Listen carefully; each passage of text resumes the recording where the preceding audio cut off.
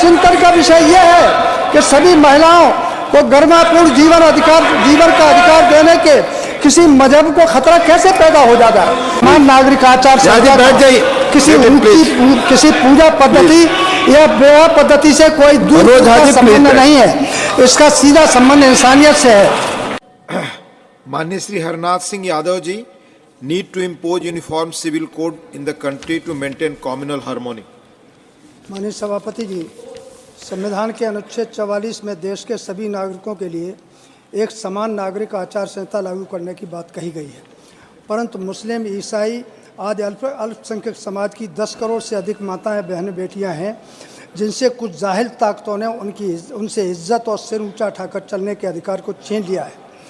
सवाल यह है कि आखिर उनके साथ उनका ऐसा क्या अपराध है कि उन्हें गरिमापूर्ण जीवन जीने का अधिकार नहीं मिल रहा है।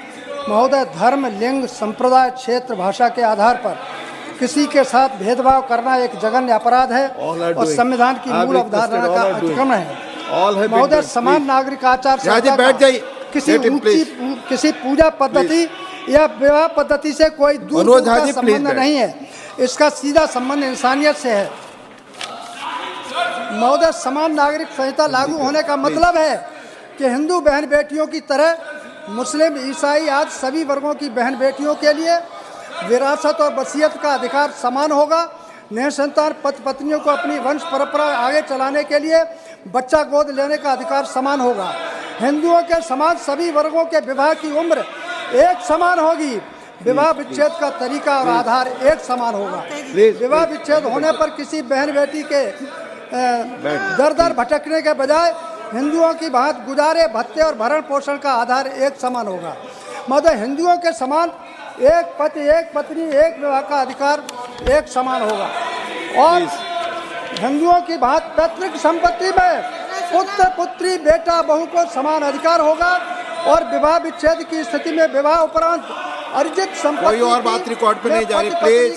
समान अधिकार प्राप्त होगा। महोदय, चिंतन का विषय यह है कि सभी महिलाओं को गरिमापूर्ण जीवन का अधिकार देने के किसी मजहब को खतरा कैसे पैदा हो जाता है, उसकी पवित्रता कैसे नष्ट हो जाएगी। महोदय, मैं प्रधानमंत्री श्री नरेंद्र मोदी जी का अभिनंदन करता हूं कि उन्होंने अपने छोटे से कार्यकाल में महिला सशक्तिकरण के लिए अनेक स्तंभ स्थापित किए हैं और इस यात्रा में नारी शक्ति वंदन कानून का निर्माण और 3 तलाक प्रथा की समाप्ति आगे चलकर मील का पत्थर साबित होगी। महोदय, आज आवश्यकता है कि मुस्लिम, ईसाई, पारसी आज 10 करोड़ बहन बेटियों के लिए ऐसी व्यवस्था स्थापित की जाए जो मानवीय गरिमा को स्थापित करती हो और उसकी सुरक्षा करती हो तथा एक सभ्य समाज के मानकों पर खरी उतरती हो। अतः मैं सामाजिक एकता, सांप्रदायिक एकता और पारस्परिक सौहार्द को स्थापित करने के लिए सरकार से समान नागरिक संहिता शीघ्र लागू करने की मांग करता हूँ। धन्यवाद।